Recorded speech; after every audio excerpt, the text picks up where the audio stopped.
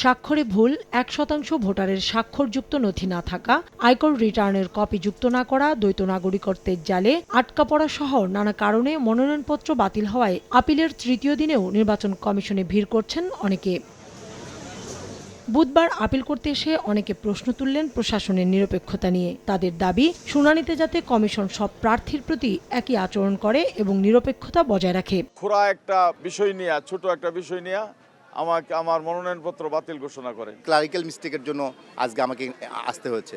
তা আশা রাখি নির্বাচন কমিশন অবশ্যই আমাদের ফলপ্রসূ ফল প্রদান করবেন। নির্বাচনের ফিল্ড সারা বাংলাদেশে যেখানে নিরাপত্তাজনিত শঙ্কা আছে সেখানে ভোটের জায়গা আপনার শঙ্কা মুক্ত হবে এটা আমি মনে করি না। যে দুটি মামলার সাথে আমার জীবনের কোনো সম্পর্ক নাই, যে দুটি মামলার শাস্তি হয়েছে অন্য কোনো ব্যক্তিদের, সেই দুটি মামলাকে সংযুক্ত করে দেওয়া হয়েছে। এদিকে alliance for fair election and democracy আয়োজিত অনুষ্ঠানে যোগ দিয়ে নির্বাচন কমিশনার আবুল ফজল মোহাম্মদ সানাউল্লাহ জানান, এবারের নির্বাচন অনেকটা লাইনচ্যুত একটি ট্রেনকে আবার লাইনে ফিরিয়ে এনে চালু করার মতো।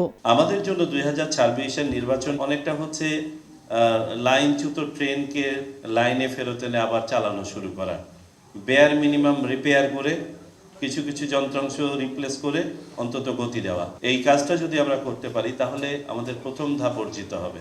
নির্বাচনকে ঘিরে 8 থেকে 14 ফেব্রুয়ারি পর্যন্ত 7 দিনের জন্য আইনশৃঙ্খলা বাহিনী মাঠে থাকবে। কাউসারা চৌধুরী, কুমু, সময় সংবাদ, ঢাকা।